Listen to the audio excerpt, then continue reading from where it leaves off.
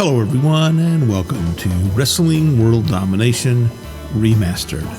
My name is Bob Hazelwood. This is episode number 4, featuring a compilation of 2 previously aired interviews with Dangerous Doug Gilbert. The first aired on May 28, 2014. The second was broadcast on April 8, 2015. I know you don't want to listen to me ramble on, so I'll be back at the end with an update on Doug. Let's get right to it, shall we? All right, Doug Gilbert, you're on the air, my man. What's going on, guys? Hey, Doug, I've got something to read to you. I was just telling the listeners before you came on that, I was way behind on my messages, checking my messages and my emails, and I sat down today, this afternoon, actually, and went through a bunch, and I received a message from someone that I've never talked to before in my life, and it's kind of aimed at both of us. Let me read this to you, and Bob, I think you'll find this interesting as well as the readers. It says, "Dear Terry, I wanted to thank you as well as share a story with you. Growing up as a military brat, it was very hard for me to make close friends because we moved every few years. When once again my family moved, I was lucky to meet Belinda at the beginning of my 7th grade school year. We became close friends fast because she was also an Army brat and we understood each other's plight of being the new kid in class. Belinda was a huge wrestling fan, and I watched my first match on TV at her house after school. When you came on, she said, 'I love this man. After watching you wrestle, I, too, had a huge schoolgirl crush on you. We ran home every day to see you fight Eddie Gilbert and the Dark Patriot with Bruce Pritchard, along with watching Chaz and Scotty Flamingo. For over 2 years, we watched Global Wrestling every day, and some of the kids made fun of us at school because we were always talking about the show during class. I was crushed when once again my family had to move and I had to leave my best friend behind. My family never had cable TV, so I never watched another wrestling show again, and over the years, Belinda and I lost touch. I was stunned when she found me via the internet last year, and her first message told me in bold print that the Global Wrestling Show is once again on TV on ESPN Classic. We now Skype each other on Saturday mornings to talk about the show and what we watched and our memories from childhood. About a month ago, we also discovered World Domination with Terry Sims, and each of us has listened to every episode of it and love it. I can't listen live since I'm working when the show airs, but I listen the next morning, and then Belinda and I talk about it each week. When it was announced that Doug Gilbert would be on, we went crazy because we never knew the Dark Patriot was Doug until years later Belinda said she looked it up on the net. We were stunned to find out that Doug was actually Eddie Gilbert's brother. We remember really being mad at him. In closing, I wish to thank you and Doug both for making 2 small girls very happy back in 1991 and now continue to make us happy even though we're in our 30s. If you could, both of you, please say hello to Belinda and Misty on the show next week, and we would love it. Upon hearing it, we will both scream and holler. I hope this message gets to you and you read it. Thanks so much for the memories, old as well as new. Misty, and it's signed Parts Unknown. Just kidding. I thought Doug would like that. I'm from Ohio." Hello, Belinda and Misty. Hello, Belinda and Misty, and thanks for listening. You ain't kidding. I love that. I love that message, man. That makes me feel good. I mean, that's something that, people grew up watching us and everything, and that's cool. And at that time, which Terry, you're not that much older than me, so we was growing up as well, I think. Yeah, we were both, you were actually in your early 20s when that show was on. I think I was in my late 20s. What actually, Terry, and this shows how many times I've been hit in the head, what year that was, what was that, 90? 91. It was 91, 92. The Dark Patriot angle was mostly in 92, I think. Is that right? Well, you can figure I was born on December 12th, 1969, so add that up. I'll tell you what I was.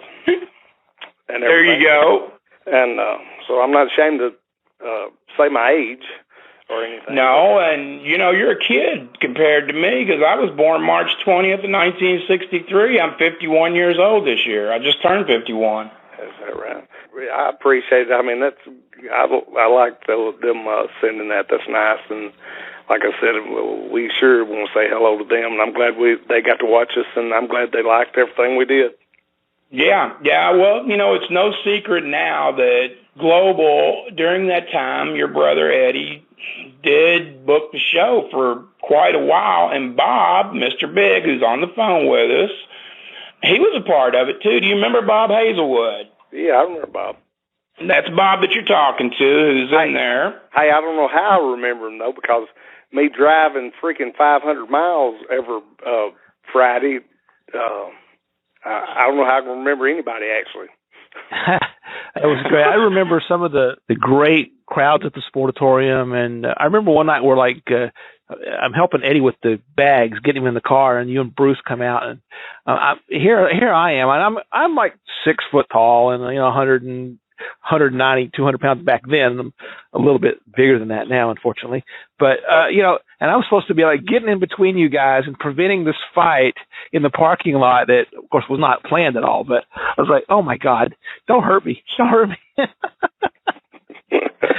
Yeah, it was some good times out there. I mean, I met all y'all guys and everything, and I mean, it's just, and I had never been to the Sportatorium, and that's what, I like all the historic wrestling venues and everything, and that was really neat to me to be able to work out there. Well, I tell you what, and they tore it down. They tore it down, right? Part of Global, Yeah. Really were, and I thank both. I thank you and the Gilbert family in general for everything that you all did for my career. I knew your dad, Tommy. I wrestled with him in Memphis before I ever came to Dallas. I moved to Dallas in early '99. I made my first appearance in Dallas in '88, but I made my home there in Dallas for 12 years and loved every minute of it. Well, the people really liked you out there. That was one thing, and my brother. The thing about Eddie that I don't think people really know is people that he wanted to work with was always good workers. He could make people look good, but people that he wanted to work with, he knew that they had something about them that could get over and draw money. Well, I was extremely flattered that Eddie, I'll never forget to this day, him calling me into the office and talking to me before we started that angle, and he was kind of leading up to, telling me what he had in mind and what we were going to do. And I went home that night and I thought, wow, man, this is going to be great, because I was an Eddie Gilbert fan. Before I ever started wrestling, I was a Tommy Gilbert fan. And after, working with you in the ring, I was a Doug Gilbert fan. You come from a great wrestling family, We lost Eddie way too early. I just can't imagine. I bet you he'd be up there for Vince right now, probably running the shows if he was still around, He had that kind of mind. He was just way ahead of himself in so many things as far as the wrestling business goes. A lot of people always say that Eddie shouldn't have done things, and you don't do this in wrestling and do that in wrestling. But you know what? 20 years later, all of them are doing it. So what does that say? Right. He was one of the first guys that I ever knew of that used the computer to read what people were saying. About the wrestling business. Right, exactly. And actually, the first, and what everybody said was, it's horrible and it's going to kill the business and this and that, was he done, I don't know if y'all guys know this or not, but he done the first ever shoot interview. And everybody said, "Oh, that's going to kill the business," this and that. But no, he just told them what he thought about it. What his mind told him was going to happen, and everybody said, that's going to kill the business, this and that. Now, what are all of them doing? Every one of them, right? I mean, everybody does shoot interviews, and it's just what their mind, what they think, and I mean, that's what Eddie done 20 years before all of them did. Well, that's what I'm talking about. I mean, he was so far ahead in so many ways, of the business, as far as his thinking and how it would be 5 years down the road and 10 years down the road. Well, I remember him telling me, he said, "Man, it's all going to change as we know it, because as this internet thing grows, there's not going to be any fans that aren't smart to what we're doing. We won't be able to run weekly towns." And boy, was he right on with that, or was he right on with that? Yeah, he was right on. But right here's the thing, Terry. You knew, I'm sure he told you what you and him was going to be doing 4 or 5 weeks down the road. It wasn't just, I'm going to come in tomorrow and figure out what we're going to do. I mean, he had his stuff lined out. I mean, it was angles. It wasn't where you're just going to cut them off. It was, he had what y'all was doing tonight and what y'all was doing next week and the following week. And people wasn't doing that then. I mean, it wasn't, I mean, that was, I mean, that's what, what gets me, and I shake my head and I read things that people say and they knock, I mean, all of us and everything. I mean, they don't even know about our business and stuff like that as far as stuff being laid out. Okay. I absolutely agree with you. I mean, like when you was in the angle with Eddie, I mean, I guarantee you, and now he might not have said to you what y'all was going to do, but I bet he did, as far as the weeks coming up. Or he might not have, he might have just kept it to himself. But no, he did. He told me, he laid it out, I mean, a couple of months in advance, to be honest with you. Well, that's what I'm saying. And people don't know stuff like that. And, I mean, that's when you draw money. I mean, that's when you know people that you're working with and you can work with and that can draw money. And see, people they didn't realize that back then, I don't think. I mean, I never knew of anybody, freaking having angles laid out. I mean, they'd say, we'll see how this goes or whatever. But I mean, Eddie had what the matches was actually going to be. I mean, the from when it started to the 2 to 3 weeks, just matches, and then the gimmick matches, and then the next gimmick match, and then the next gimmick match. Right. Nobody ever done that. I mean, you're absolutely right, Doug. He did his homework, and he not only did one show, he did his shows where they were playing months before they were ever done. And I know that, like, when Jerry Lawler booked, a lot of times when he was doing his televisions, they wouldn't be finished until midnight on Friday night, or maybe even Saturday morning. Well, shoot, a lot of them wasn't finished till right before the TV was going on there. But right. I mean, then again, I'm not knocking that, because a lot of the ad lib stuff was some of the best stuff. But Eddie did a lot of stuff like Lawler did, and I mean, and he grew up idolizing Lawler and everything, right. and everything. And Lawler has a brilliant mind, and he could wait and do it. And I mean, some of the stuff, and I was amazed that I mean, right before we would go on the air, we would know what we was going to do, and it turned out so well. Well, I was also in amazement of that. I can remember that a lot of times I didn't know until 10 minutes before we were getting ready to go out what was going to be done, but that wasn't the way it was with Eddie. And what you have to remember, and I don't know if you can even remember this, but a lot of those tapes, you'd wrestle 3 times in one night, Doug. You remember that? Oh, yeah. There was a lot of times where we wrestled a lot in one night just to fill up those ESPN shows. Oh yeah. We did. It was brutal. I don't think I've ever wrestled less than 2 times a night when I was out there. And no, most of the times it was 2 times for the TV parts, the TV tape. Right. And then you might come back and do a dark match for a house match, well, I mean, you come back in the main event, and that'd be a lot of times you'd be in a lot of them, and it'd be with Eddie or me or somebody, and I mean Eddie was always, in a lot of them, so I mean he always worked, which he worked his butt off anyway, but like I said, like about Tracy Smothers, and always, when using the ring with him, I guarantee he didn't quit telling you to come on, because when I worked with him, I thought, my goodness, and my brother was one of the greatest workers, if not the greatest that I worked with, and I couldn't freaking keep up with him. I thought, my goodness, you're going to kill me.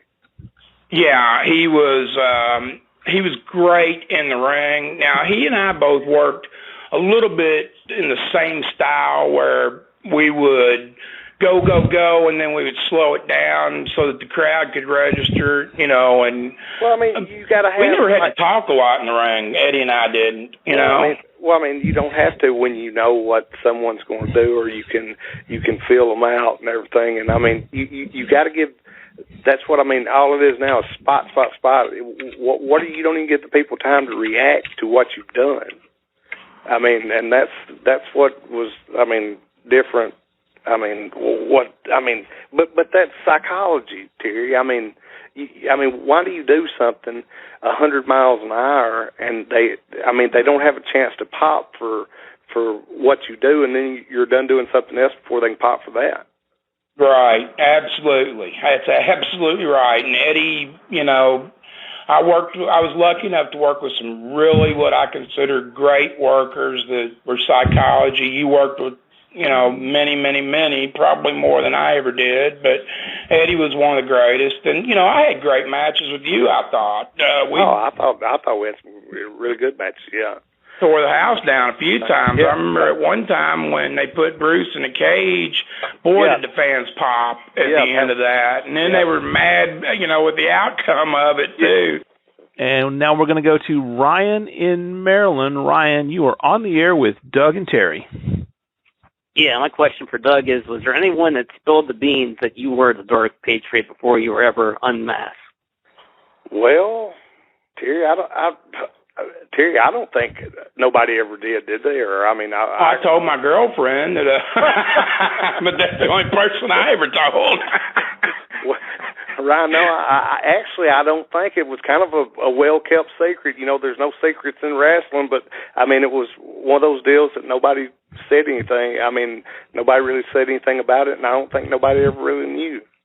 Well, you played it right. You'd show up at the building with a mask on, you'd leave with it on. Yeah, well, I show up at the building with Bruce, and I never was with Eddie as far as going to the building. I stayed at a hotel the night before, and we stayed at a hotel together and everything. But actually, no, we wouldn't stay at a hotel together because he'd fly in from Atlanta, and I'd stay there. But he'd come in a day early sometimes, and he'd come and stay at the hotel. But I'd always go to the building with someone else, with Bruce and everything. And we was never. Nobody ever saw me and Eddie together, coming to the building or anything like that.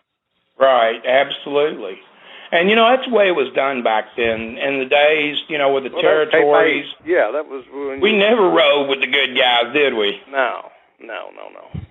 You were either a good guy or bad guy, and you better not be caught riding with the other people. It's just the way it was. And if you was, you was gone pretty quick. Yeah, exactly. I can remember making a trip from Nashville it was Mark and I and Bill and Jeff Jarrett one time. And this is kind of a funny story because we would drive and then have we'd stop way out of town, have somebody pick them up and, drive them to the TV taping. Right. And we were coming back one night, and I believe it was from Memphis that we did this on Monday night, or maybe we were going down. I think we were going down from Nashville, and Jeff Jarrett says to us, he said, "Boys, I'm 21 years old today. I'm legal to go into bars." And hell, he'd been going into bars for a couple of years before then. But I can remember that like it was yesterday. He said, "I'm 21 years old today." He was a man then, wasn't he? Yeah, boy. 180 pounds of him. I think you're adding 20 or 30 pounds with that. But no, me and Jeff are cool. worked with him a couple times lately and everything around here, around Tennessee, Memphis, and Nashville. Yeah, you still work quite a bit. Yeah, I still, like I said, I hate it. I kind of banged my knee up and everything, but yeah, I still. I mean, people call, and I mean, if the money's right and everything, I still like to work. I still love the business. I mean, I love the business the way it used to be, and that's still the way. I mean, you said you watched my match the other night. You see, I still do it the way it used to be. I'm not going 100 miles an hour. I'm going to try to let the people buy what you're doing and everything. But I mean, if somebody don't like it, that's fine. But I mean, if they do, I'm grateful for that. But I mean, it's, you know, I mean, the promoters know what they get. If they're calling asking me to work and everything, they know what they're getting. I mean, I'm going to do my style, my brother's style, and that's what they're going to get. And I'm going to bust my ass and work hard. Yeah, okay, I understand that, and I can appreciate that, and you do work hard. Ryan, are you still on the line, buddy? Yes, I am. You have another question for Doug before we take the next one? Okay, final question. What is the most dangerous activity or thing you have done in your entire life? You know what, as far as in there's a lot of stuff in Japan I've done because it was so, we had that crazy, like they would, I was in a bomb match, and with the deal with what they had was like, the first time they done it, they had like pyro type deals. Well, the next time, the one that I was in, I thought it was the pyro type deals, and they had demolition people doing it. So when the guy, I went to suplex the guy on the board with the barbed wire and the bomb thing under it, it blew me about 6 foot up in the air. And I thought, and which they had told me before, the guys before said, before you go down, make sure you put your hands over your ears, because they said it had busted somebody's eardrums before. And I thought, damn, this is crazy. But so I thought, well, shit, I'm over here and I do all this stuff with him. I mean, it's just like hardcore stuff. You know, Terry Funk worked for the same company I did at the time, and I think we drew like 60,000 people at a baseball stadium, and I think it was Kawasaki Stadium maybe, and over there. And but now that wasn't where I was in that match at. But I mean, it was King of Hardcore deathmatch tournament deal, and Terry Gordy was over there, which I always booked Terry. The last times Terry went, I booked him over there, and I mean, we had a good crew. We had Terry Gordy, Terry Funk, Tiger Jet Singh, which people in the States don't know him so well, but he's over like heck in Japan. And I mean, let's see, and we had Dick Murdoch. We had, I mean, guys that are just legends, and that I admire, and was great workers and was great people and everything. But here in the States, I think the dangerous thing, which is a lot of stuff that I've done that was dangerous, but when ECW, when Eddie started that deal, him and Todd Gordon, we was there in the building one day, and they was wanting to do something. Eddie asked me, he said, well, what could we do? And this J.T. Smith, the guy that worked for Todd Gordon, he said, I want to go up to, do you remember where the Crow's Nest or whatever where they announced from at ECW? You know, it was about 20 foot up in the air, or maybe a little more than that. He wanted to, now I don't know why anybody would want this, he wanted to get thrown off of that. Well, he got his wish. I throwed him off of it, and then I don't know what I was thinking. I stood up on top of the thing, and I jumped off on him. And that's probably one reason my knees aren't, my knees are kind of ache a little bit every once in a while, but that's probably the most dangerous thing. When I split up, and I'd say I was 25 to 27 foot as far as my head, up above just the concrete floor, and I just jumped straight off, and I was going to land on him, but I mean, I went right straight to my knees, and I thought, oh, me. And then I could barely get up and get back to the ring and everything. But that's probably one of the most dangerous things. But there's been a lot of dangerous things that actually happened, but that's something that I shouldn't have done. Oh, wow. Was that for ECW, that last one you said? Yeah. And man, where, you know, I bet the crowd there at Philly popped, didn't they? Everybody, that's where ECW. Everybody says, you know, the Extreme, that was when it was Eastern Championship Wrestling, but it was ECW. All you heard all over the building, full building at that. Every time there was a show run, it was full. And, I mean, Eddie had a good crew up there and everything, and, I mean, I always did good business and everything, but, you know, it was wild. I mean, there's wild fans, and like I said, you had to do wild stuff, and I thought, and I was going to climb back down the ladder and everything, and when I throwed him off and they popped, I thought, well, shit, I got to do something now.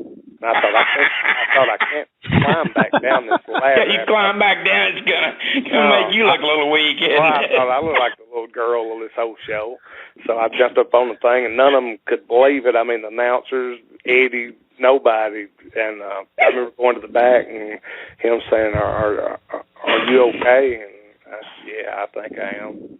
And, you know, the ECW pretty much was based off FMW, who we both worked for in Japan. And, right. Man, I've talked about on the air before, that was some crazy stuff that went on over there with the barbed wires and the nails and the exploding rings and the, you know, guys. I remember Pogo and Onita would wrestle and use knives and dig into each other, and it was the craziest thing in the world. Then after they would wrestle each other in those type matches, and Funk wrestled Onita and Pogo and all of them and everything, and then they would go and there was a freaking river like thing, and who would get beat would have to jump off in the freaking river like 40 foot. But what I'm saying, I don't know about the jumping off in the river, but the water was so polluted and everything. Then you got all those cuts all over you and everything, and I mean infection and everything. I thought, oh my God! Which I mean, I've done the bomb thing that one time and had all kind of different death type matches and stuff, but never one like that where you go jump off off a bridge in a river when you're cut all to heck. Right. Well, you know, the thing about when you were wrestling over there, I'm going to tell you this, you wrestled a lot. You know, you wrestled 4 or 5 times a week, and you might have 3 barbed wire matches that particular week. Yeah, but I'm going to tell you this. You know, so you were cut up to pieces. Yeah, I'm going to tell you this. I remember getting on a plane one time with Terry Funk, and we was both in first business, whatever you say, class, and he had to lay the night before we come home. He had it was a match, and I think it was against Mick Foley, and it was some kind of fire thing, and it burnt. It got stuck to his back, and all down his back was burnt. And when he walked through the airport with no shirt on. He couldn't have nothing touching him. And I mean, people was looking at us and everything, but you know, we was to go home that day, and they let him get on the plane, and he just sat in the seat with his back raised up with his seatbelt on till we took off. And as quick as we took off, they let him lay down in the floor the whole time back. And I mean, that was from Narita to Dallas. Wow. I mean, wow. I've flown that straight, nonstop flight. American straight. American Air, yeah. That's what I flew from Dallas to Narita, Tokyo, and you didn't land until 15 hours later one way, or 14 one way and 16 the other, I think is what it was. Exactly. And I mean, we at that point we was with American, and then we went with years later we went with Northwest, and then like for me it was from Memphis to Minneapolis to Narita and everything, but always American, which I loved American. American always took care of us so good and everything, and I mean, we had so many freaking flyer miles, and we was always business class anyway and everything, but I always remember Terry laying, I'd look and he'd be laying in the floor, and I'd think, oh man, you know, his back, they put it had to be brutal. They put that salve stuff on it and everything, but I thought, oh my God, and then when we got to Dallas, they stopped right when we walked up the runway, which they had to tell them that somebody was coming, and there was people right there, you know, for him and to see him and everything, and I thought, oh my goodness. But anyway, you talk about one great guy, I mean, that's one great one. Dick Murdoch's another great one, which Terry's brother's another great one. I mean, all those guys are people to learn from. Absolutely. We've got one more caller that we're going to try to squeeze in before we get off here, Doug. We're about 10 minutes from the show being in overrun, but we got Karen from San Antonio, as a matter of fact. That's right, and Karen is live on the air with Doug and Terry. Hi, Terry. Hi, Karen. How are you? Hi. Did you hear me say hi to you? I did. I appreciate that. You're such a sweetheart. Well, you're welcome, darling. Hi, Doug. You got anything you want to ask Doug? Hey, Karen, you doing okay? I'm doing great. Had my hair cut today. Doing great. Good. Do you ever go to the Cauliflower Alley? Terry, have you ever been? No, I've never been. I am actually planning a trip next year, believe it or not. I've talked about it with several of the boys. I know Gary Young and I have discussed going. It's just a trip that I've never made. I'd like to make it. I've just started going to reunions again. The last year was the first one that I've been to. It's a small one in Tennessee at Scott Till's. That was great seeing Donnie Fargo and some of the old guys. Ronnie Garvin was there. But have you been to it, Doug? I'm sure you have, because your dad was actually, our family was inducted a couple of years ago. Wow. Myself, my dad, and my brother. So I went that one time. But now, right here's the thing I was going to tell you. Now, Terry said about the Scott Till thing. Listen to this. I would love to go to the Scott Till thing. But you know what, Terry? Scott Till said I was too young. Well, you never wrestled for Nick Goulas. And I did wrestle for Nick Goulas, believe it or not. You didn't wrestle for Nick Goulas, did you? Yeah, I did. Not when he had TV shows or anything, but do you remember he ran shows back in the mid-'80s around Nashville and anywhere he could run shows. And I worked some of those shows for Nick Goulas, sure did. But I would think, which I don't want no special treatment or nothing, but I would think all that my dad and my brother done in the wrestling business, I would think maybe I could get to come, wouldn't you think? But that's all right. Scott Till can have everybody he wants there, but like, I would. Sorry, I didn't mean to open up that can of worms. Well, that's all right. But I love all the guys. I'd love to have my picture. I'm the biggest mark in the world. I love the older guys and that I've got to grow up watching and everything. That's what people don't understand. And, a lot of the guys in the wrestling business, Terry, you know this. They say, "Oh, Doug, he wants his way, this or that." Well, we all want our way. That's what we got to do if we want to be ourselves. But Karen, I sure appreciate you watching Global and everything, and I'm glad. I hope we made your day and everything. And I mean, Terry, we tried to beat him up, didn't we? Well, tried, heck. Thanks so much, Karen. We really appreciate it. You're welcome, sweetheart. I'll talk to you soon. Okay, babe. Take care. Doug, we've got a question from the chat room. I'm not in it right now, but Bob, what was it, buddy? I've got it. We have a question. Chicky Singer asks, Doug, how did you do the Freddy Krueger gimmick without getting sued by the movie companies? Good one. How I did it was we spelled everything different, and over there they had they talked to the studio and everything, and they had a deal with them, which as long as you didn't use, and which they paid them also. They paid them, it was I never asked a amount of money or anything, but actually I think they liked it because it got all the horror stuff was, they made like a fortune in Japan on when the movies come over there and everything. And actually I think that helped them, but actually they got paid for us doing it with us paying, with the company paying them, plus it give them, it made it seem bigger than life, when the movies come over there. True, absolutely true. I've got a question. Somebody's writing me right now. Do we have time for it, Bob? Yes.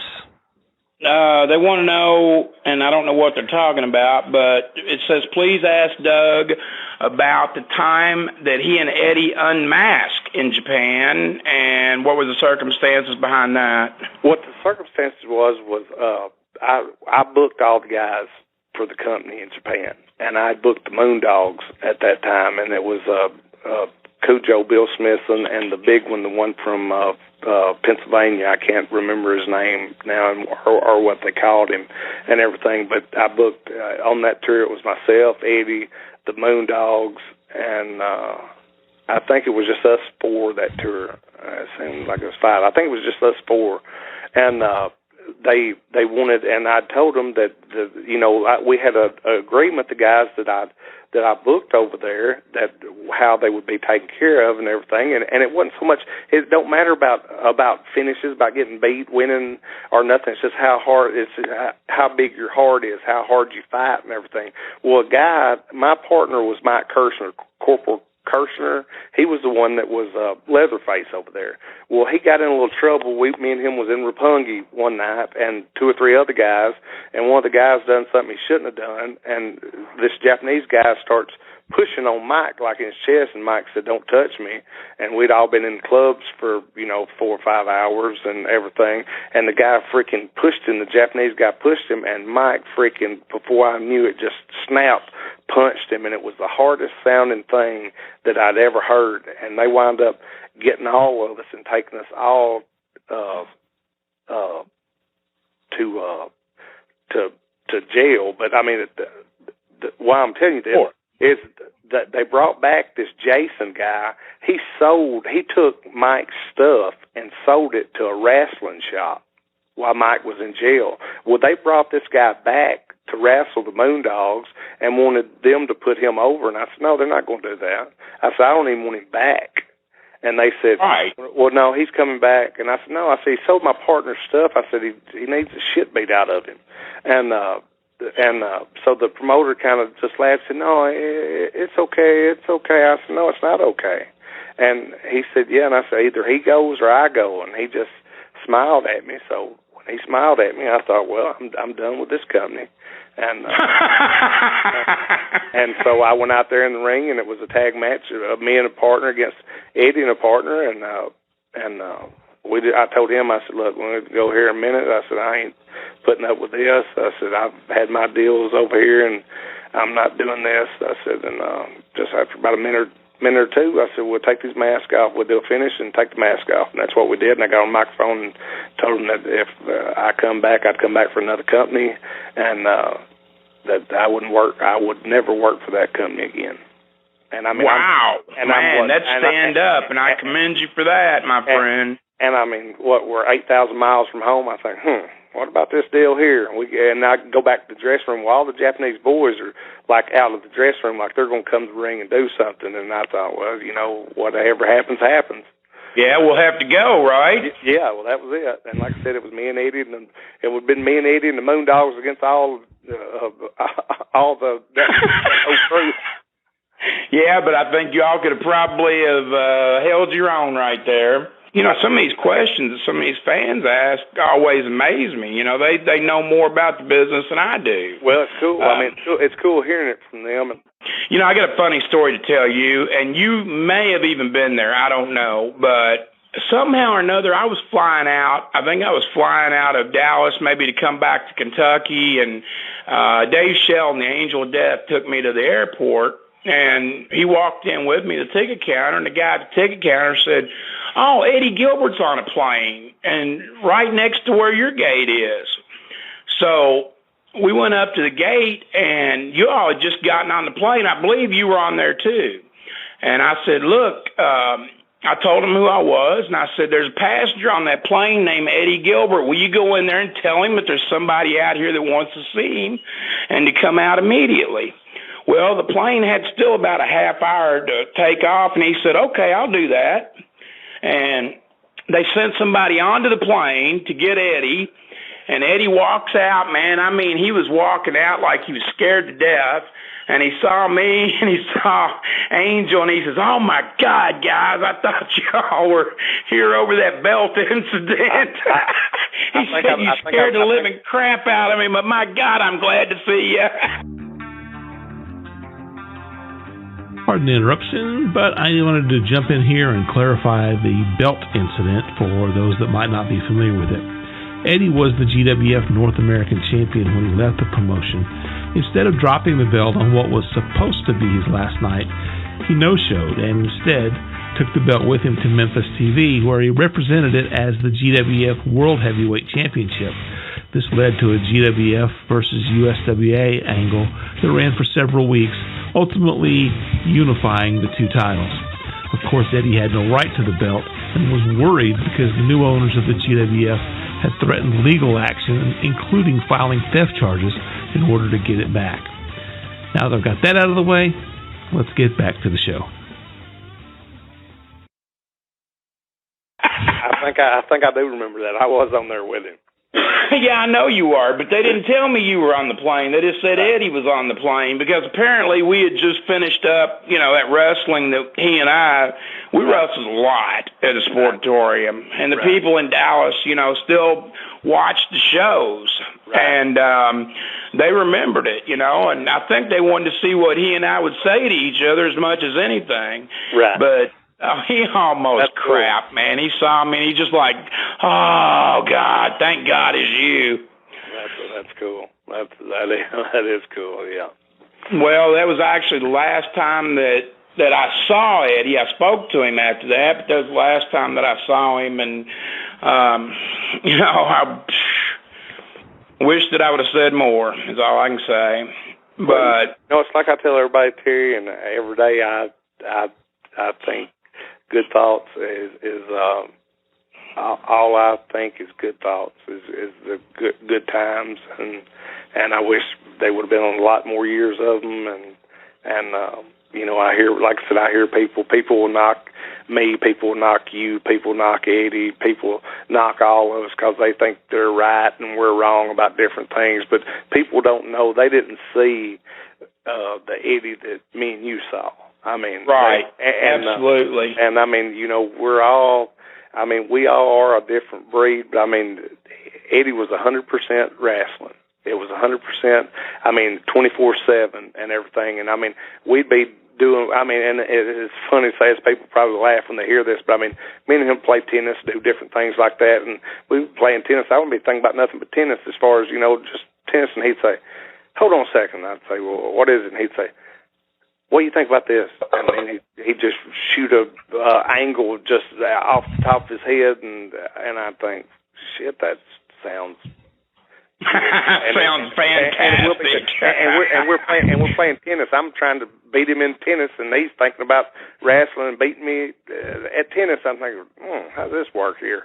But anyway, exactly. But that is Eddie through and through, and I'm the same way, man. When I think about Eddie, all I think about is the very, very good thoughts that I had of him, not just in global, but in Tennessee, he did some great things. He did great things with the WWF.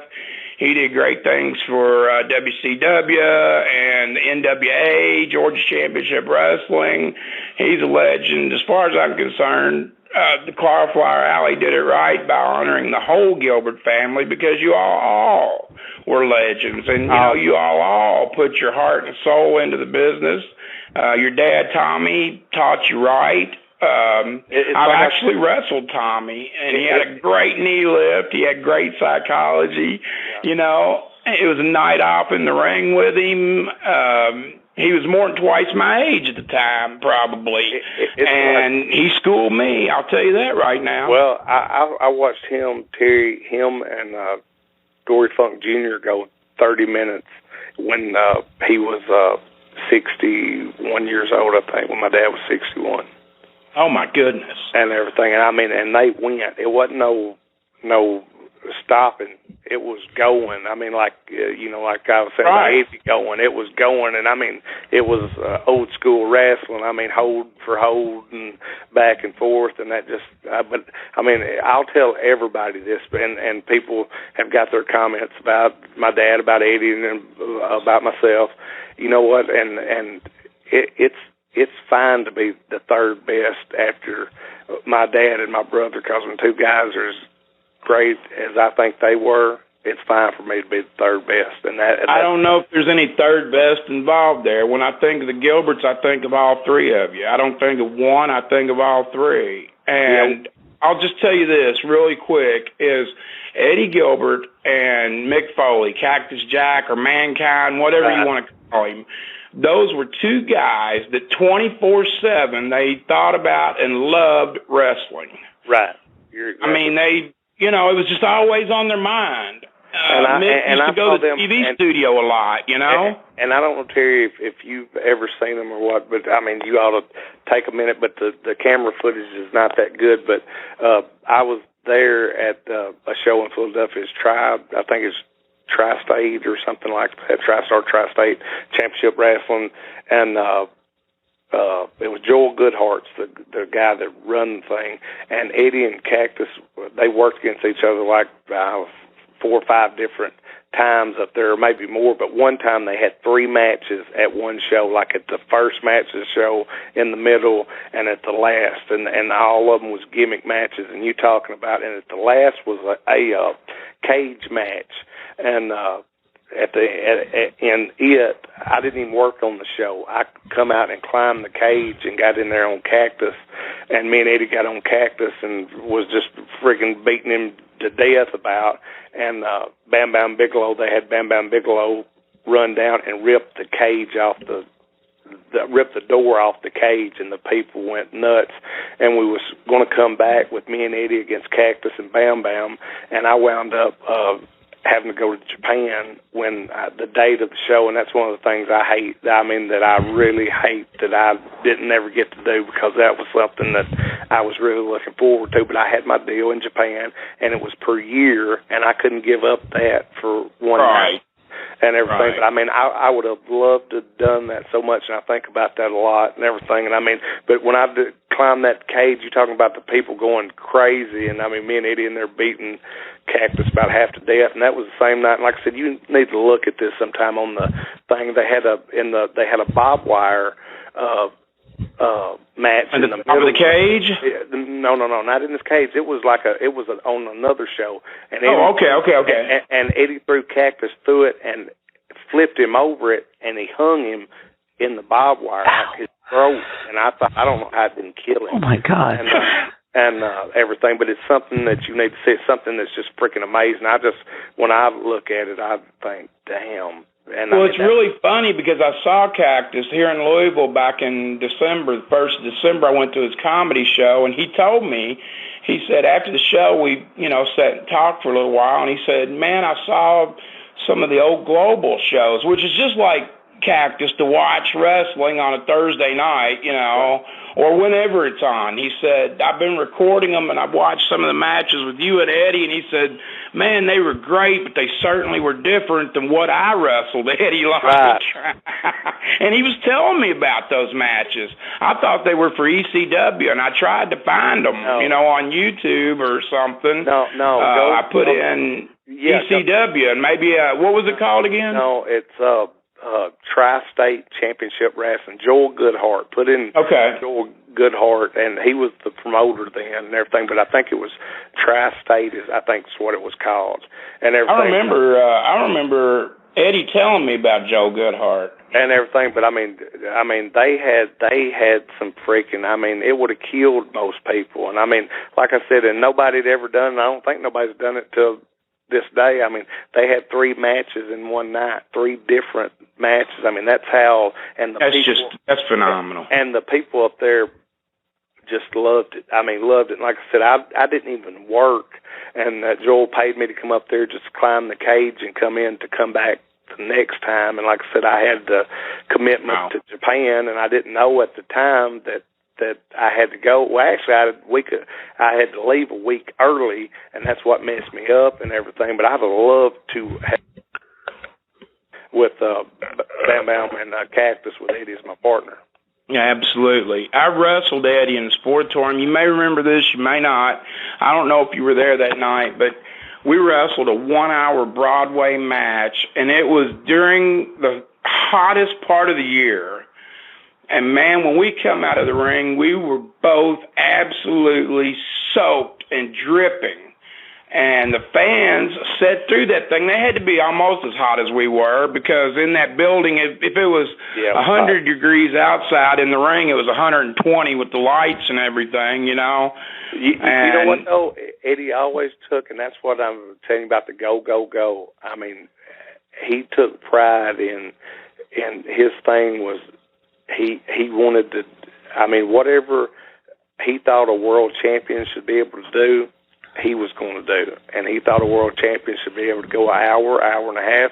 He was going to go that long. And he was going to do it psychology-wise, where not many people could. I mean, you can't go that long. There aren't that many people that can go that long and have a match psychology-wise and go an hour or over an hour. Him and Terry Funk, I think, went an hour and 15, hour and 20 minutes up forth.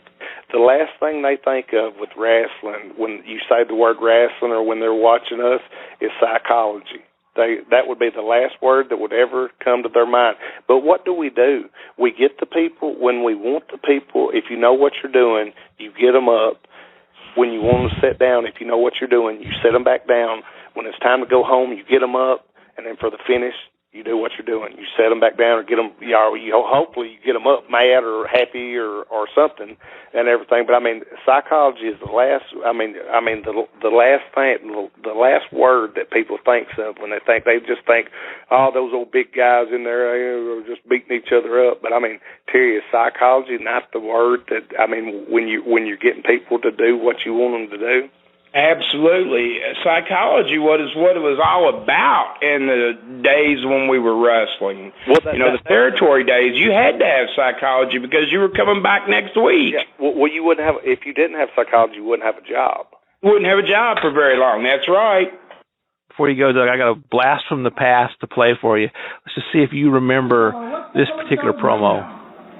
First of all, I would like to say hello to my many fans in the Global Wrestling Federation. Second of all, I would like to say hello to my dear friend, the Patriot.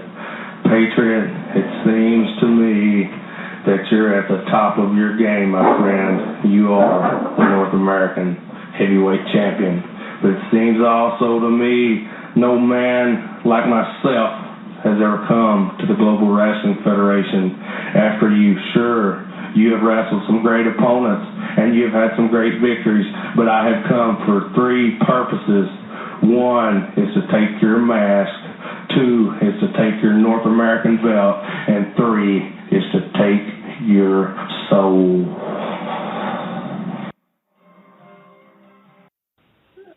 That was the introduction to the Dark Patriot on the Global Wrestling Federation. Dang, that's one. I mean, and see, guys, that's what I like about. I mean, and I don't do shows like this. I mean, a lot of people send me stuff and everything, and I don't know who they are, and I don't do a lot of them because I don't like a lot of negativity and everything. But I mean, stuff like that, I love it because see, I didn't even remember all that and everything. That's cool. I like. I remember it. I remember it being because it was the first night you were there. And Eddie was extraordinarily protective of you at that time. I remember there was a group of us that were a little bit away, up at the top where the announcers used to do their bit, and you were down there on the stage, on the Global Dome stage, and we were just chatting, whatever, and it's like a one take or two takes. It didn't quite work, and Eddie just screamed at us to shut the frickin' up. And let Doug do his promo. It didn't say frickin'. No, I'm trying to be polite here. But he wanted Doug to have his promo without a bunch of chatter going on in the background. So that was one of the two times that Eddie ever yelled at me. But he was probably wanting to yell at me. He probably wasn't wanting to yell at y'all. He probably wanted to yell at me, and y'all just got the brunt of it and everything. But anyway, and there was one thing, and Terry, I'll tell you this, Bob, which you was around, Eddie, you know this. I can't remember 3 times, I don't know if 2 times, maybe 2 or 3 times the whole time since I was a kid going with him when he started that he had to do a second take or a third take on anything. I mean, like that. And that's how focused. He wasn't. That's how focused I tried to be. But that's why I'm saying he probably yelled at y'all. It was me that he was probably going to yell at, and y'all just got the brunt of the No, he was a consummate professional. Yeah, I mean, his thing was always thinking about what you was doing and knowing before you got to the building. Where, like Terry said earlier in the show, I mean, we'd get to Memphis TV, and they'd still be writing the TV out. And that's not a bad thing. I'm not knocking that, because some of the best stuff and some of the coolest stuff I've ever seen has come off of Memphis TV, and we just, as we was getting ready to go out the curtain, we was just figuring out what we was going to say and what we was doing and what we was coming back with that Monday night, everything. But I mean, Eddie was totally different from that. He wanted to know a month, 6 weeks, 2 months, what he wanted to be coming back with and what he knew would draw money. I heard something really funny. You're going to enjoy this. I know you're going to enjoy this. It came from a friend of both ours. And he's telling me a story. He said he was talking to Jerry Lawler a couple of weeks ago, and he said Jerry told him, he said, you know, it's the funniest thing. When Eddie Gilbert was coming up, he wanted to be me. And now Jerry has a son, and he wants to be like you and like Eddie. Well, that's different, ain't it? Well, I mean, say you're talking about Kevin. Well, that's fine. Either one of them. Hey, I'm friends. I've grown up with both of them. I'm not but 2 years older than Brian and 3, 4 years older than Kevin. I mean, I'd say they're good kids, but I mean, I was a kid. I'm not a kid. I'm 45 years old. But actually, to be honest, a guy that's running this show tonight had contacted Brian about getting the show going and everything, and that's why you've got myself, you've got Jerry Lawler, you've got Bill Dundee, you've got Brian Christopher, you've got Coco Beware. Now, that's a who's who of Memphis wrestling, I would say. Wouldn't you say? Oh, yeah, man. How is Coco doing? Well, last time I saw him, he was doing real good. And let me ask you this, Doug. You and I, we come from a different era than these guys working today. And we'll both admit that, all right? But we call these fans now, we call them smart fans, I guess, but we call them marks, right? Yeah. And they bitch like they do now, and they bitch about the product back then, but they still came to the show and paid tickets. So exactly. I mean, and you're exactly right. And I didn't think about that. Yeah, they griped back then and bitched about it, but it seems like, and I guess this is so much bigger now, and I mean, it's more of a show than when we was just wrestling. I mean, we wasn't pyrotechnics and all the different aspects that Vince. I mean, when Vince and them comes to town, it's like Disney World coming to town. You know what I'm saying? Where when we come to town, it was Angles coming to town. You know what I'm saying? It wasn't the pyrotechnics. Now, you had some music, which at least we'd come that far anyway. But, I mean, that was about it. It was that, music, and us. And it wasn't all the big glam of everything. It was just your local stars, and you had your stars in your areas. Well, you know, I sat back some time ago, and I thought about it. And you're exactly right. We wrestle the same towns every week. They make a town maybe once, maybe twice a year, except for the Gardens in New York, you know. And when they come to town, it is a spectacle. And they're drawing new crowds every time. They're not drawing the same people every time. They're drawing new crowds. And I'll tell you something I didn't know that I found really interesting. Is, you know who Freddie Prinze Jr. is, right? I read somewhere that he's a writer for the WWE. I didn't know that, but I'll sure ask tonight and see. But, I mean, I'm sure if you read it, it's probably the truth. Yeah. I bet that blew my mind because he was an actor, you know. He was in several different movies and starred in those movies. And, you know, there's got to be some money flowing one way or another if he's right. Well, yeah, there's money flowing everywhere. I mean, look at it, Terry, there's so much. I mean, you know, all the different avenues of revenue that they have. I mean, they've got everything. I mean, you know what their merchandise has got to be like, what their gates like. I mean, and then they've got their movie, as far as their wrestling stuff, as far as it's a complete company, the movie companies with the wrestling company. You know what I'm saying? It's a whole entity to itself. It's like going to Disney World. Like when they come to your town, it's going to Disney World, Disneyland. It's like Disneyland's coming to your town. And I mean, people are going to carry their kids and they're going to go and sit. And I'm glad. I mean, I want everybody to make money. Sure. That's a hell of an analogy, Doug. It really is. And, you know, I noticed that the WWE stock after WrestleMania, their gate was over $12 million for Is that right? that show. Yeah. And their stock skyrocketed after WrestleMania. You know, it shot up there. So they're doing something. Is that right? Yeah. Oh, yeah. That's what I'm saying. Everybody knocks it, but if the stock going up, it shows they're doing something right. And I've got a friend, his name's Brian James, and he's got a lot to do with SmackDown taping. But he's a real smart guy. Bob Armstrong's son and everything. And, man, he's got a heck of a mind for the business. I think him and Hunter have got it headed in the right direction. I agree. I like Brian. You know, I like all the Armstrongs. I mean, Steve, and I thought the world of Brad, and of course, Bob. I think it's very interesting that at 45 years old, you own your own company. You got a beautiful wife who is an educated woman. She has a good job. You don't need wrestling anymore. You don't. And no. But I do love the wrestling business. I do love the wrestling business. Well, I think you still love the wrestling business too. A lot of people, though, that are my age, your age, and they look and see how things are now, they're just, they're saying the wrestling business sucks, this and that. Just things change. I mean, now, I don't have to like some of it. You don't have to like some of it, but wrestling was good.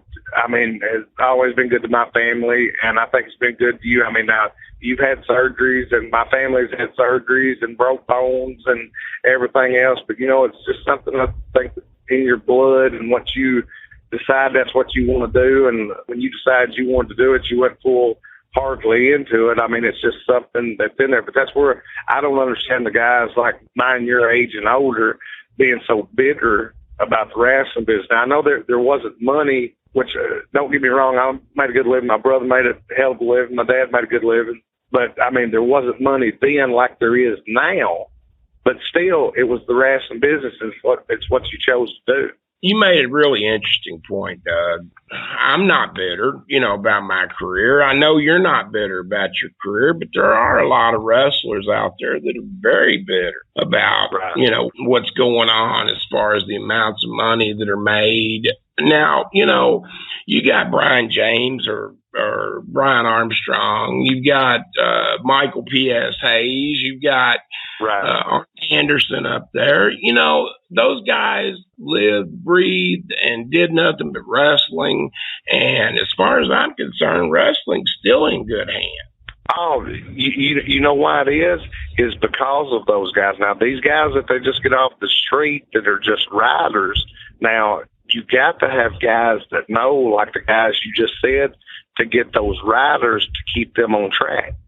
And now, I'm not saying that all of them are the riders or producers, bosses, but I mean, you got to have, I'd heard at one point when Brian went back that they really needed a wrestling guy. They had a bunch of writers and a bunch of producers, but there wasn't wrestling people. And when you get somebody that's been on top, that's drawn a lot of money, and those characters and everything, period, it's like before I started, when me and you was, I don't want to say kids to make them sound too old, but when we was getting ready to start, or 10 years before that, and you had Bruiser Brody, you had Abdullah the Butcher, you had just say Joe LeDoux. What I'm saying is, look at all them guys. Look how different they are. Ted DiBiase. Look, just what I'm saying is, look, everybody wasn't the same. Everybody didn't have bleached blonde hair, and everybody wasn't chiseled and all jacked up. You had every different kind of person there was on the card, and that's what you needed, because you needed something a little different for everybody, because everybody don't like the same thing. You think, Doug, that might be why Daniel Bryan is so popular, aside from the fact that he's just a super technician in the ring, but he's just kind of different. Yeah, he's just kind of every man. Yeah. He's not the big brute. Oh, exactly. I mean, and I think exactly. I mean, look at him. I mean, with he's smaller, and I mean, people. I mean, everybody always said, well, to work for the WWE, WWF, you had to be 6'5" or bigger or whatever. But I mean, look, there's guys there now, and it's like when I talk to my buddies, I say, shoot, I flip across the channel every once in a while, and I see like a Bray Wyatt. He's different, and I mean, I think he's a money guy.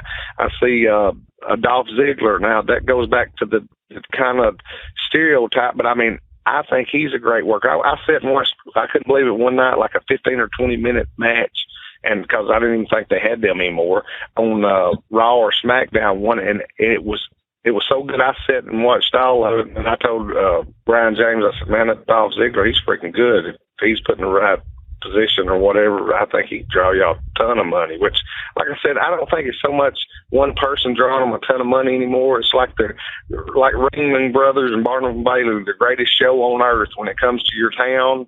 It's pyrotechnics, it's everything. But I mean, it's good to have great wrestlers, and they do have some great wrestlers. You know, I won't sit down and watch 3 hours of wrestling now, you know, but I will watch matches. And the guys that you mentioned are the guys that stand out to me. Wyatt, Dolph Ziggler, hell, I could watch him all night long. There's a guy that I haven't said his name, and I always tell my buddies when I talk about him, to me, he's a throwback. Randy Orton. You can like his attitude, not like his attitude, like what he does, not like what he does. He goes out every night, which, like I said, when I flip across channels and see something and I watch it for a minute, if I like it, I'll leave it there. But Randy Orton reminds me to a throwback, which, you know, I've worked with his dad, Bob, like you probably have, Terry, and everything. But, I mean, he's like the old school type guy with the new school type mentality. He's not going to go up 150 miles an hour and do 1,000,000 spots, but I mean, he does enough spots, but he's like old school. I mean, those St. Louis forearms, you know, I mean, I think he's another great. Yeah, I totally back you on that. And, you know, I've said this 100 times, and I've said it to you, that there's just no replacing or nothing that you can learn to take the place of being a second or third generation wrestler. And like you grew up going to the matches and seeing your dad work, and you grew up going to see Eddie work. And from the time that you walked and can actually have memories, your memories are from wrestling. And you've seen all these spots hundreds of times. So they're in the back of your mind somewhere, you know, and you'll use them because I've wrestled you. I know. Right. Well, you know, there's one analogy, Terry, and I laugh. I've talked to my dad about it when I go by and see him on occasion. He asked me after a show or something the next day, how was it, or match is good, and they don't even usually say nothing about how many people was there. I'll usually tell him that, whether it's good or bad. And as far as, you don't hear this a whole lot anymore, what's so old is new. People don't know. I mean, I think like people like myself and yourself that wrestled back then, and we still, as far as our body physically can take it, you know what? The people will still love what you do because they have never seen it now. And I mean, it's just like I said, some analogy that's used some, not very much, but I mean, it's so old, it's new. And I mean, they think, how did that happen? Well, it was happened years ago when I was a kid, and I saw it, and I loved it then. And now you bring it back now, and nobody's done it in so many years that nobody's seen it. Well, something else that people don't really realize, Doug, and this is just true for the wrestling business, is wrestling, it goes in circles.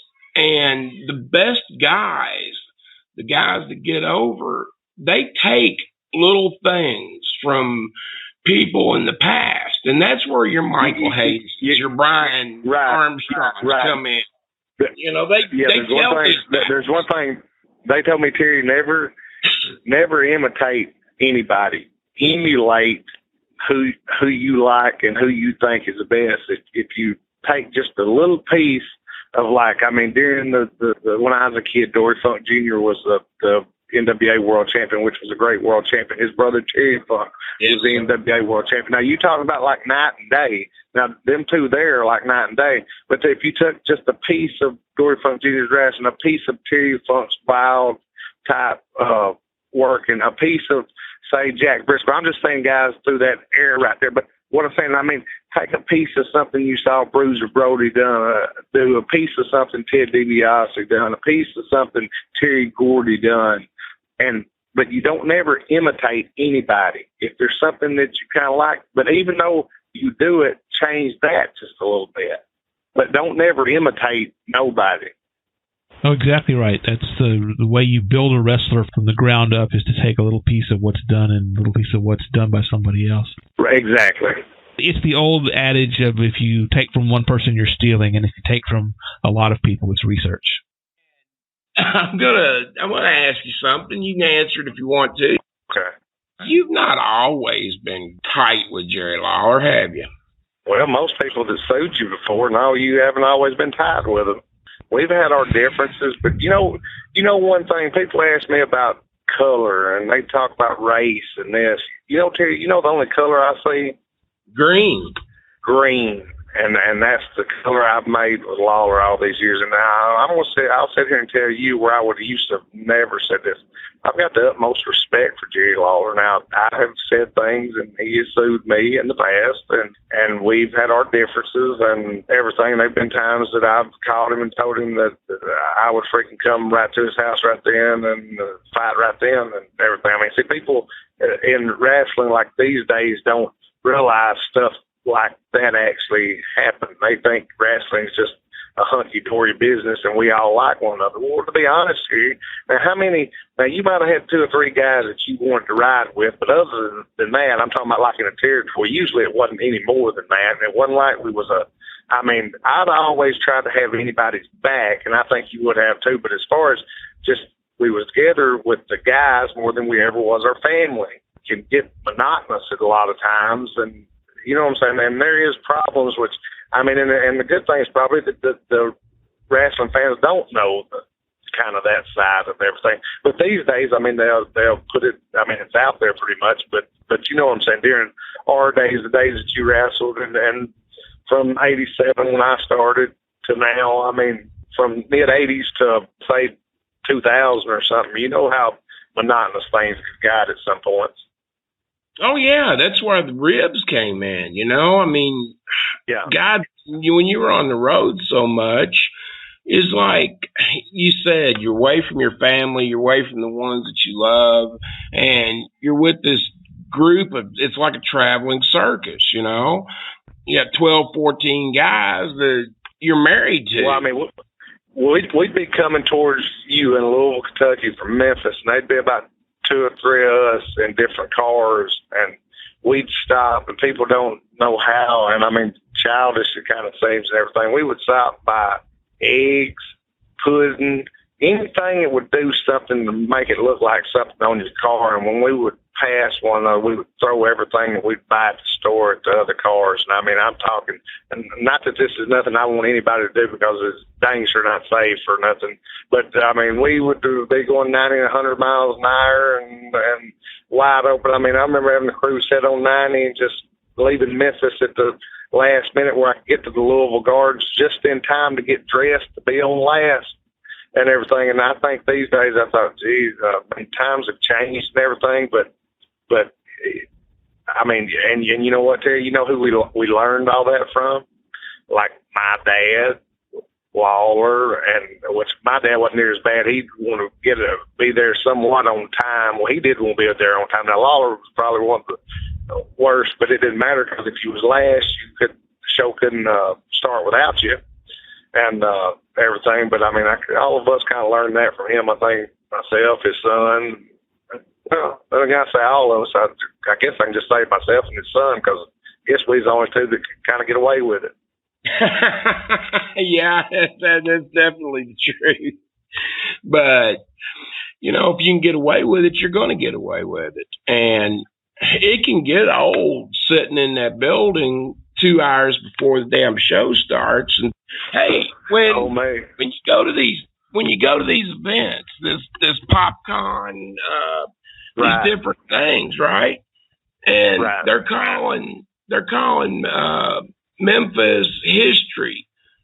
Dangerous Doug Gilbert's right in the middle of it. Hey, and I'm glad to be in the middle of it, because like I said, when you are around legends, like I'm going to tell you, I love Lance Russell. I mean, Lance Russell, and Dave won't be there, but Lance Russell and Dave Brown to me was one of the best duos, if not the best. Well, to me, the best duo they was, and everything. And I love Lance. Me and Lance sat and talked. And last time that I wrestled Lawler in Memphis, they called it some kind of reunion or something. They had me against Lawler and Dave and Lance both there to do to announce us both coming out and do the play-by-play. And man, it was cool. It just brought chills to my skin and everything. That's how much I thank Lance. I saw that on the internet, and that was great. I mean, that brought chills to my spine, because growing up, I, of course, watched Lance Russell call matches. And it's like I said, the first time that I saw a tape of my family, VHS tape of me in that Memphis TV studio wrestling in a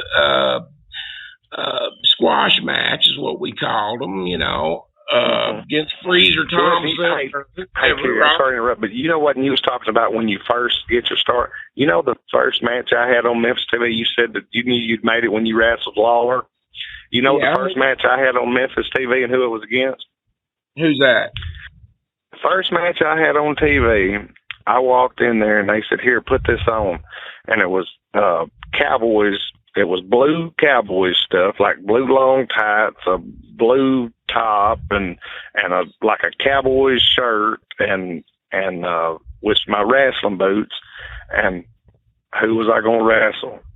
But Tommy Jerry Lawler, which I had a mask on. No, Jerry Lawler, which he had on his Cleveland Browns stuff. Now I'm just freaking just had time. Well, I hadn't even turned 18 yet. I was still 17, and that was the first. But it was just like you're saying. What made me remember that is you saying squash match, because what it was about a minute and a half to 2 minute match. But that's what. And you don't think I wasn't nervous? I was shaking when they told me to put that on. It wasn't the thing about putting it on made me shake. It was the thing about working with Lawler that made me shake. I thought, oh, made this on TV, and I'm wrestling Jerry Lawler, and that's the first time I've ever been on TV, and what am I going to do wrong? And he's going to kill me or whatever. But now, is that not a kind of spot to be put in? I thought, but that's 18 years old, 17 years old, you're going out there on TV, first time you're going to wrestle the king. I'll be dang. Right.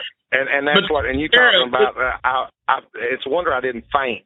And I've told a few people that story, and I said, you don't think, but that shows the history and how far the things have gone back. Like with my dad and Lawler since the early 70s, when they rolled and done 3 TVs together in a day. They do Nashville, Knoxville, Birmingham in one day. Now, how many guys could do that, Terry?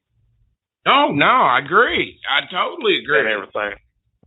I got a funny story for you, Doug, and you'll get this. I'm not told this story too often, but first time I wrestled Jerry Lawler, I believe it was in Louisville, which was my hometown. Now, I lived in Nashville at that time, but of course all my friends, my family, everybody was there at the Gardens, and I wrestled Lawler as like a main event, and I started getting heat on him, right?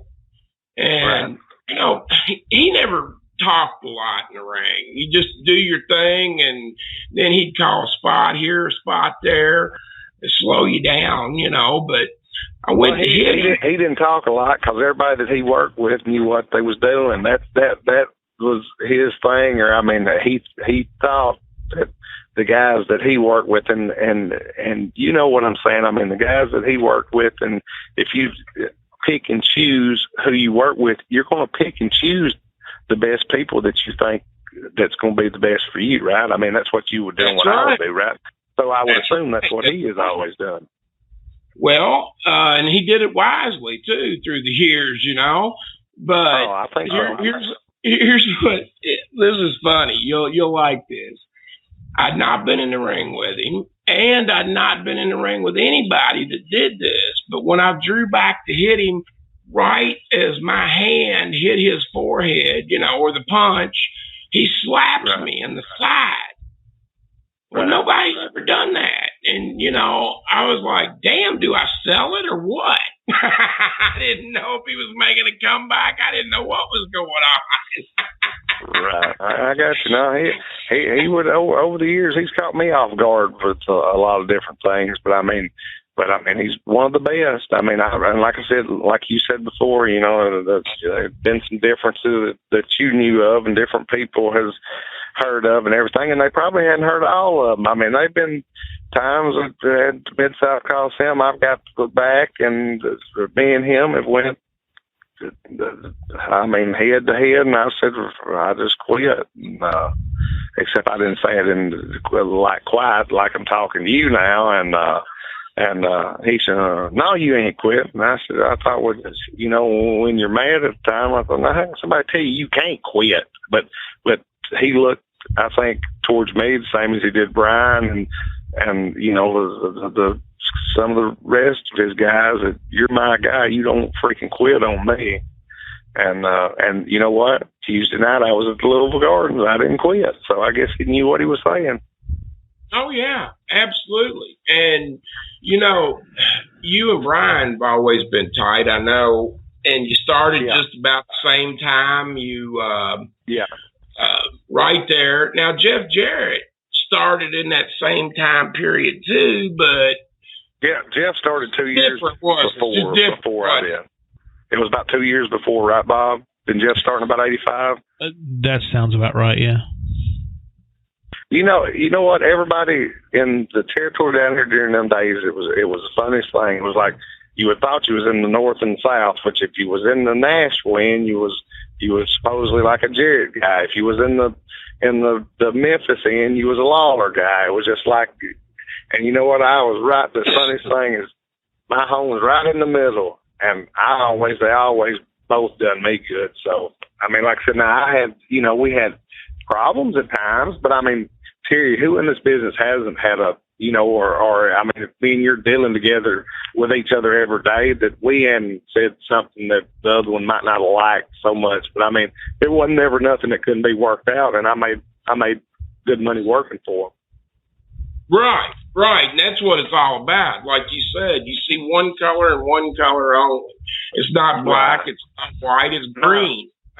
No, that's what, when people, start talking about race and everything, I say, guys, I don't see black and white. And they said, what do you see? I said, all I see is green. I said, if it can make us green, I said, we're all doing good. And I don't care if, like I said, if you are black or if you are white, I've got as many black friends as I have white friends and everything. And I mean, it's, it's not a thing like that to me. Hey guys, it was a pleasure talking to y'all. And like I said, when y'all aren't all booked up and I've got some time, I'll come back on and talk with you. But guys, y'all have a good night and thanks for everything. I'm happy to report that as of June 2020, Doug Gilbert is doing well. Still wrestling occasionally, usually on a benefit or charity card, and quite often against arch nemesis Jerry Lawler. You can follow Doug on Twitter @RealDougGilbert. We hope you've enjoyed this episode. Please leave a comment, and if you do like what we're doing here, subscribe to the channel, and more importantly, spread the word. Until next time, this is Bob Hazelwood saying, peace out, everyone.